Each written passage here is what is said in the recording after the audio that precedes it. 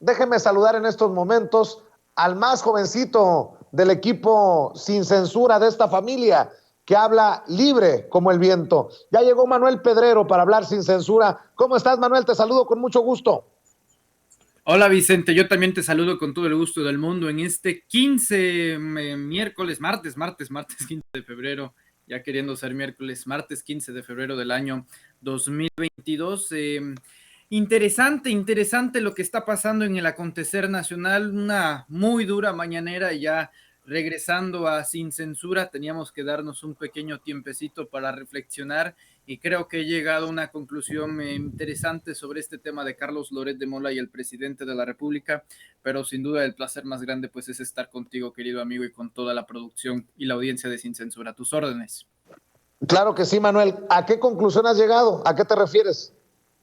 Claro, todo radica pues justamente el viernes de la semana pasada cuando pues se revela justamente en estos pasajes de la conferencia mañanera allá en Sonora, conferencia en la cual tú estuviste y en la que incluso tuvimos la oportunidad de platicar en Sin Máscaras sobre la situación de si era moralmente correcto que el presidente López Obrador revelara la información de Carlos Loret de Mola, y se abre un debate.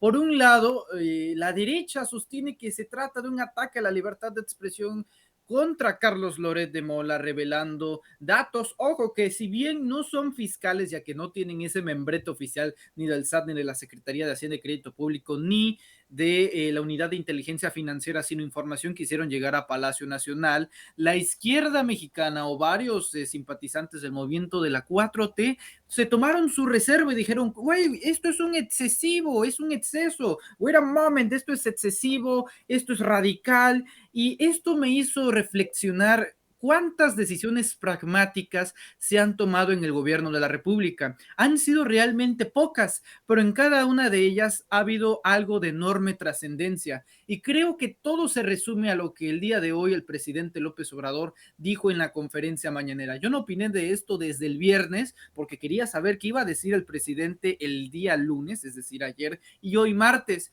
Y hoy es la declaración que estaba buscando para saber en qué se encontraba. Y he llegado a la conclusión, mi querido amigo, que hoy no vimos al presidente López Obrador, hoy no vimos a un presidente en la mañanera, hoy vimos a un padre de familia, hoy vimos a un hombre de familia, y eso es algo que suele olvidarse con nosotros como ciudadanos y en todas partes del mundo. Los franceses critican a Macron, los estadounidenses a Biden, los canadienses a Trudeau, que ahorita anda bien dictatorial, y no veo ni al Washington Post ni al New York Times haciendo una sola crítica al primer ministro canadiense por medidas autoritarias. Pero se nos olvidan que nuestros representantes populares pues no vienen de los cielos ni de los ovnis, no son entidades ajenas a la sociedad, provienen justamente de la sociedad, y creo que Andrés Manuel López Obrador es el presidente más auténtico, emanado del pueblo y no de una aristocracia, no de una clase de élite, no de la vanguardia de la sociedad de la crema y nata, donde se reúnen en los mejores restaurantes del país, en los mejores hospitales, en las casas más ostentosas. No, proviene justamente de los pantanos, de los manglares, de Tabasco, de Macuspana, de Villahermosa, del sureste mexicano, donde nació México auténticamente hace más de 10,000 años con la cultura madre que es la cultura olmeca. Y lo que vemos el día de hoy es un padre de familia. Andrés Manuel López Obrador no demuestra debilidad al expresar sus emociones y al estar a punto de quebrar en llanto. Es un hombre bastante valiente. Oye, ¿sabes el pavor, el temor, el miedo, la fobia que los políticos sienten en estos escenarios donde si muestran debilidad, donde si muestran llanto, donde si muestran tristeza, pues se convierten en targets políticos, se convierten en objetivos, en motivos de burla? Yo me acuerdo de José Antonio Meade en el cierre de la campaña de 2018, cuando de plano sabíamos que la aplastante derrota del PRI era en un penoso tercer lugar, pasando de ser el partido oficialista, y a punto de llorar José Antonio Meade, pero aguantándose porque tienen miedo a ese rechazo social, pero al final de cuentas son seres humanos. Andrés Manuel López Obrador no es la excepción. Andrés Manuel López Obrador el día de hoy no demuestra debilidad, demuestra humanismo, y es justamente ese humanismo que lo hace cercano a la gente.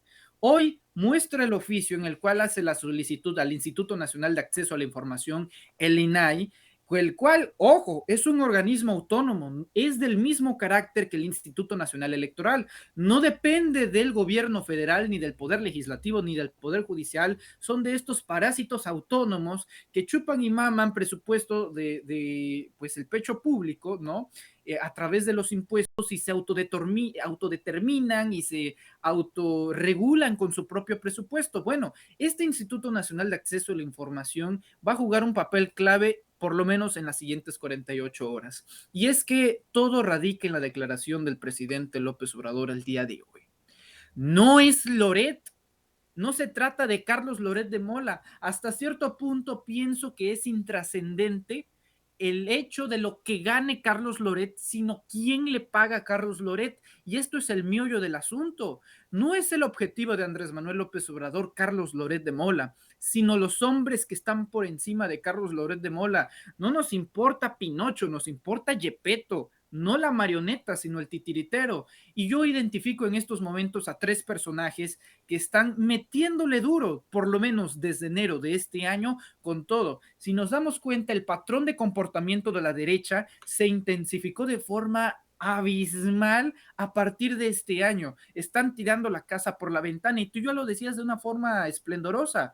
Escándalo tras escándalo, intentos y golpes a través de reportajes. Y es que aquí va lo siguiente, si nos damos cuenta en la relación del historial de declaraciones y contestaciones por parte de Andrés Manuel López Obrador y Carlos Loret de Mola, el presidente López Obrador nunca le da réplica a las editoriales de Loret. ¿Qué quiere decir esto? Las opiniones de Loret nunca las replica el presidente, replica los reportajes, porque sabe exactamente bien que esos reportajes, de manera descontextualizada, como cada uno de ellos que se ha presentado a través de Latinos, que no hay que olvidar, esto debe de estar en la psiquis permanentemente de nuestra sociedad, que Latinos le pertenece a 2 personajes en esencia. El primero y el más importante, Bernardo Gómez, el tentáculo de Televisa. Nos sorprende ver que Televisa le siga subsidiando a Carlos Loret de Mola con más de 11 millones de pesos. Hay varias teorías en las cuales podemos dar crédito, ojo, no inferencias,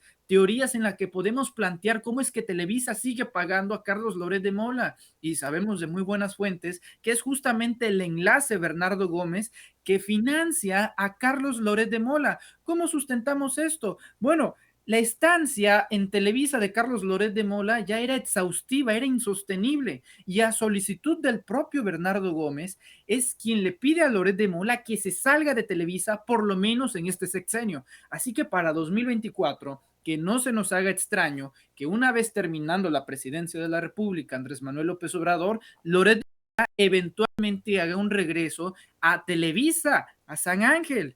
Es muy probable y todo acredita así, ya que la relación de Bernardo Gómez con todos estos periodistas, el poder que contiene este alto ejecutivo de Televisa, que era justamente al que se refería Andrés Manuel López Obrador cuando le dijo, pues ¿sabes cómo vemos a Loret? Bueno, hay varias versiones, tú diste una que era el gato que nos hace nuestro trabajo sucio, hay otras versiones que incluso usa palabras más altisonantes, porque a pesar de ser un hombre bien posicionado económicamente, pues tiene un léxico y un vocabulario que pues no demuestra pues ese grado de niveles académicos que presumen tener en la alta élite.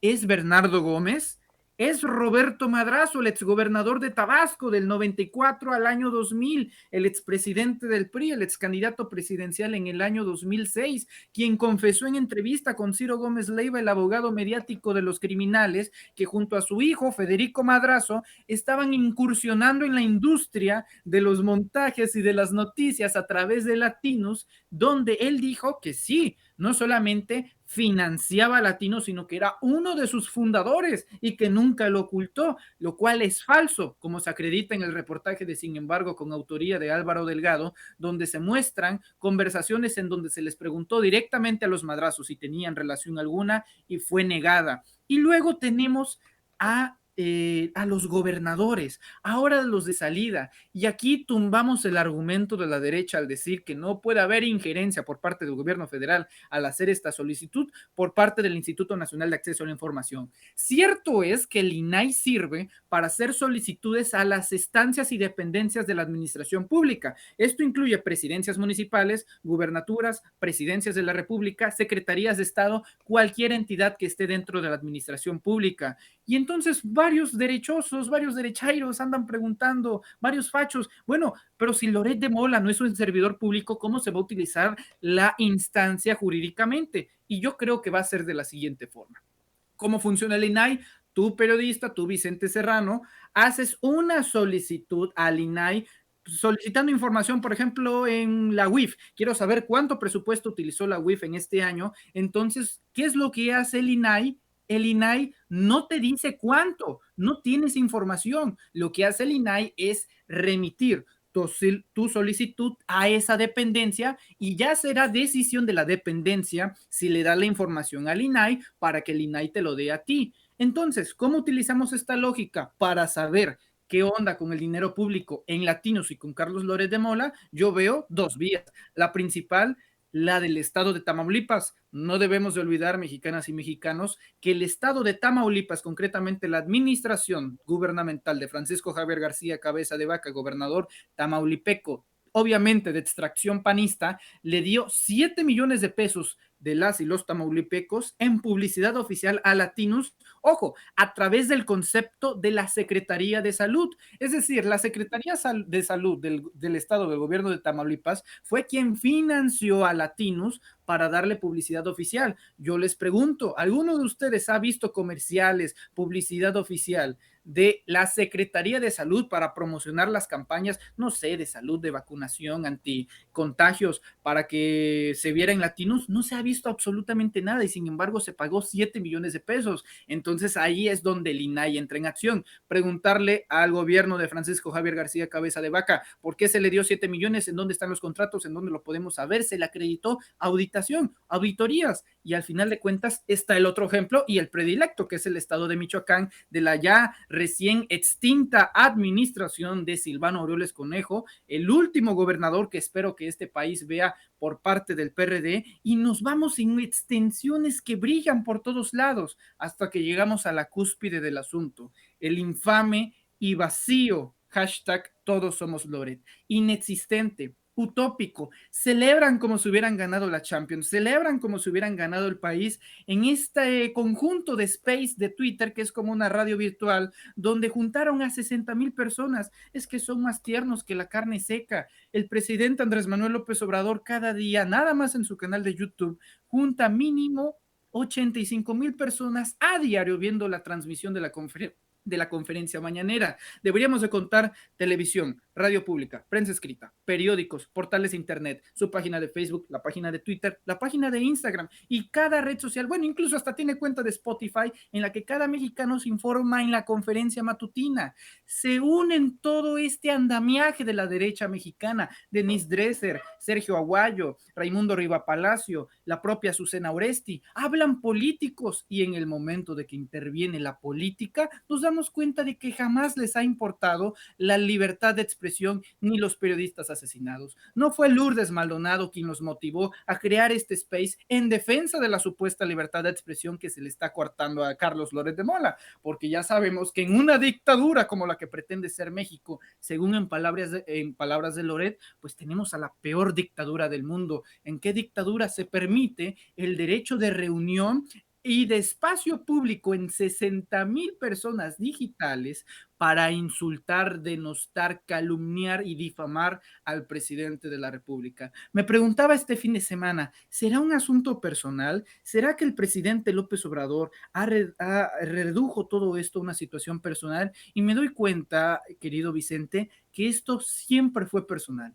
Esto en estricta política se trata de algo personal y queda fuertemente demostrado en las emociones que expresa el presidente al finalizar la mañanera. Me queda claro que eso es lo que quería la oposición. Ahora la pregunta es, ¿Cuál es el paso a seguir? La guerra ya está desatada. Van a seguir sacando reportajes, van a seguir descontextualizando la información, van a seguir tergiversando los datos, van a seguir mintiendo y difamando al gobierno de Andrés Manuel López Obrador, porque han encontrado el lugar donde le duele especialmente, no porque sea presidente, sino porque es padre de familia. Y estoy seguro que cualquier padre o madre que nos esté viendo en este momento lo entiende a la perfección. Si pretendían que mostrar al presidente en una faceta de emociones iba a retirar el apoyo de la ciudadanía a Andrés Manuel López Obrador, temo decirles que causaron el efecto contrario. El respaldo ha crecido de forma exponencial y yo estoy ansioso por ver las próximas encuestas, ya que toda este andamiaje, esta operación de la derecha, me queda claro que se trata de la revocación de mandato. ¿Cuál es la jugada? No pretenden participar, pero los que pretenden participar tratan de disminuir la participación ciudadana. Los que quieren votar, ellos pretenden que no salgan a votar. Creo que esa es la estrategia y espero que haya quedado en términos generales suficientemente claro, querido. Y claro que es personal, es directamente